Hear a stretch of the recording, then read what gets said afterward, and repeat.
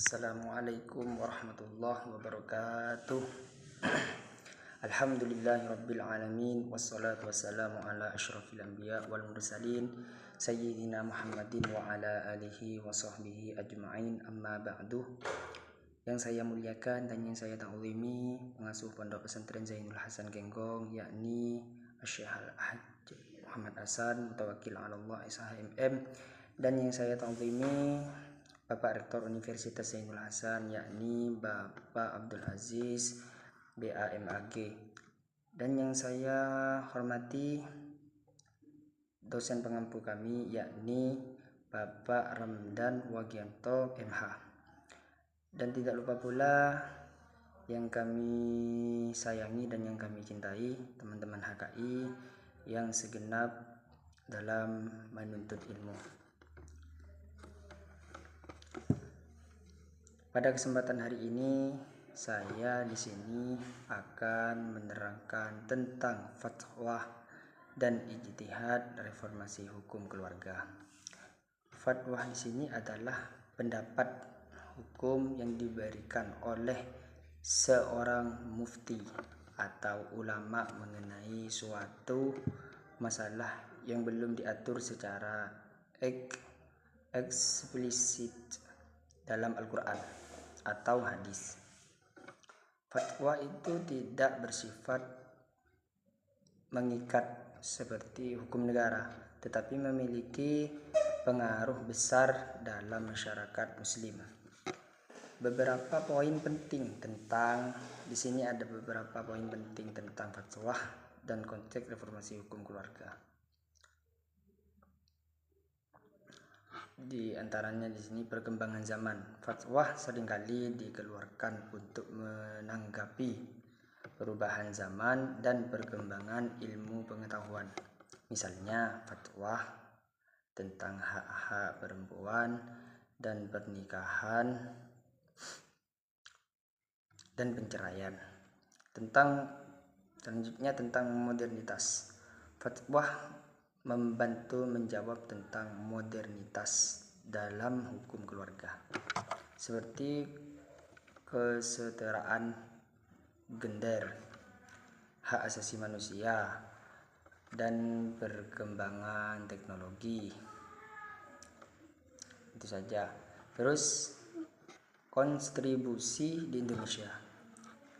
Di Indonesia, fatwa dari Majelis Ulama Indonesia atau MUI dan organisasi seperti Muhammadiyah dan Nahdlatul Ulama itu keluarga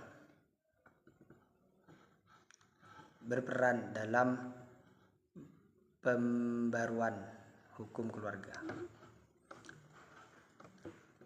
termasuk dalam isu-isu seperti poligami, hak asuh anak, dan perceraian. Selanjutnya itu ijtihad. Ijtihad itu adalah usaha intelektual yang dilakukan oleh prinsip-prinsip hukum Islam dalam konteks baru. Ijtihad sangat penting dalam reformasi hukum keluarga karena apa? Karena di antaranya itu ada metode usul fiqh. Ijtihad itu menggunakan metode usul fiqh klasik yang disinergikan dengan metode ilmiah modern untuk menghasilkan hukum yang relevan untuk di sini itu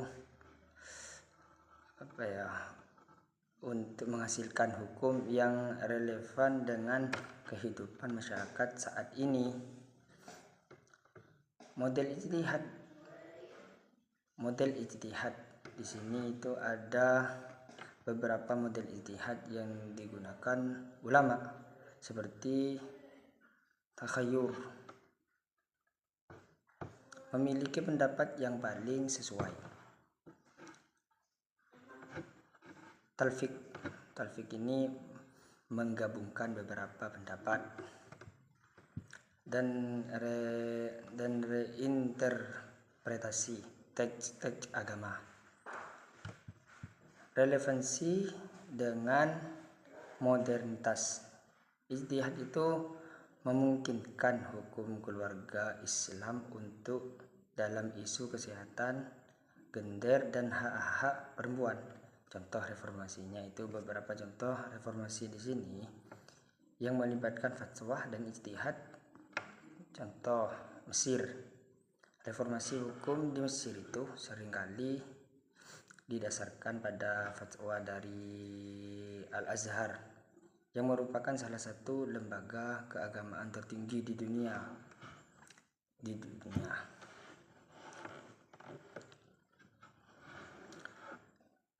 Terus Tunisia itu telah melakukan reformasi hukum keluarga, memperkenalkan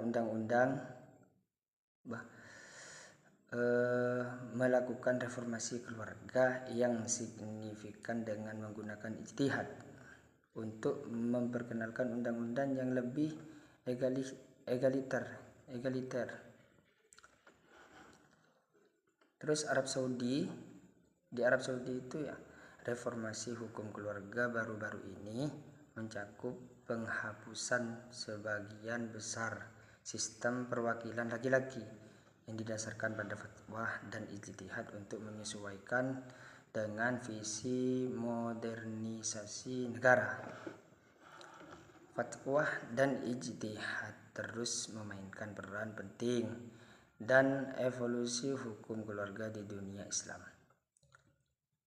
memungkinkan hukum untuk tetap dinamis dan responsif terhadap perubahan sosial dan budaya. Baik, sekian dari kami.